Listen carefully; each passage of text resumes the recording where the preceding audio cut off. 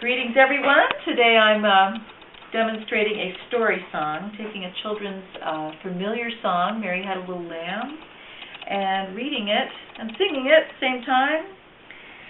And it's a wonderful way for children to get involved in a book.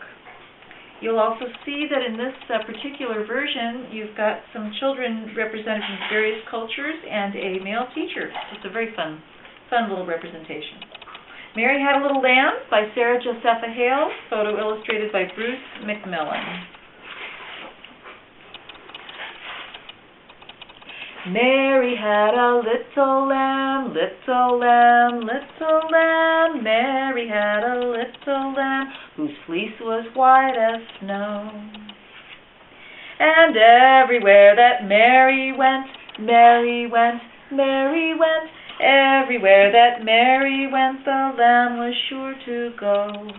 It followed her to school one day, school one day, school one day. It followed her to school one day, which was against the rule. It made the children laugh and play, laugh and play, laugh and play. It made the children laugh and play to see a lamb at school. And you'll see the lamb had various shenanigans until he ran into the teacher's knee. And so the teacher turned him out, turned him out, turned him out. And so the teacher turned him out, but still it lingered near. Looks like it's reading the rule. Sorry, no pets inside. And waited patiently about, patiently about, patiently about, and waited patiently about, till Mary did appear. Why does the lamb love Mary so, Mary so, Mary so? Why does the lamb love Mary so? The eager children cry. Why Mary loves the lamb, you know, lamb, you know, lamb, you know. Why Mary loves the lamb, you know, the teacher did reply. Well, here we are with a very fun children's book. And I would like to demonstrate one of several ways to use it. I'd also like to talk about other ways you can use this with children. This is really considered a classic. Maurice Sendak wrote this book back in the early 70s, I believe. And I just have to say, Maurice Sendak is a kind of a strange children's book writer, and many adults read these stories and don't really get them. But children universally love his books. So I would like to demonstrate a little bit about it. I also want to point out that this book really lends itself to becoming a flannel board story. It's easy to use various characters and have some fun with that, but it especially lends itself for children to act it out. You can have lots of fun with props, with crazy masks, with crazy hats, and have a good time with this story. So here we go, Where the Wild Things Are by Maurice Sendak. And you will see many interesting wild things. Now, for children who get a little frightened by creatures such as this, I always ask them during the story to look at the creature's expressions. And also Max's expressions, which is a very expressive face. And I've already skipped ahead. This happens, you know. Okay. The night Max wore his wolf suit and made mischief of one kind and another. There he is chasing the dog.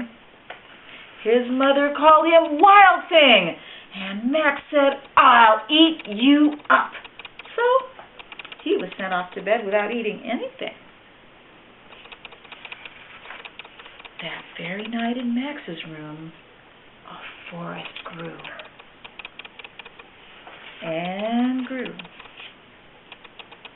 Think Max likes that? And grew until his ceiling hung with vines and the walls became the world all around. And an ocean tumbled by with a private boat for Max, and he sailed off through night and day. And look, his boat even says Max. And in and out of weeks, and almost over a year, to where the wild things are.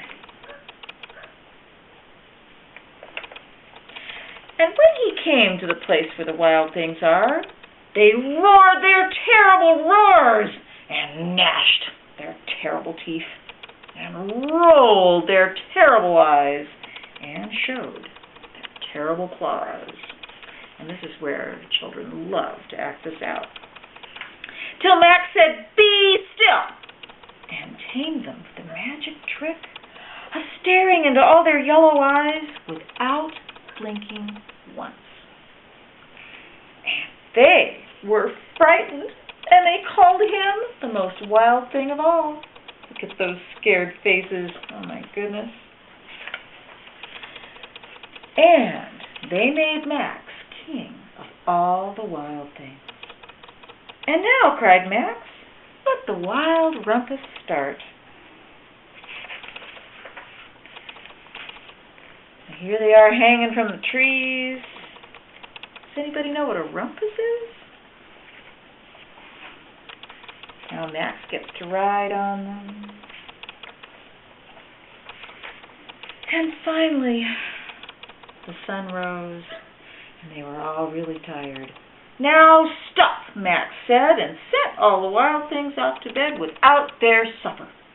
And Max, the king of all the wild things, was lonely and wanted to be where someone loved him best of all. Then, all around from far away across the world, he smelled good things to eat. So he gave up being king of the wild things. But the wild things cried, "Oh, please don't go. We'll eat you up. We love you so." And Max said, "No." The wild things roared their terrible roars and gnashed their terrible teeth and rolled their terrible eyes and showed their terrible claws.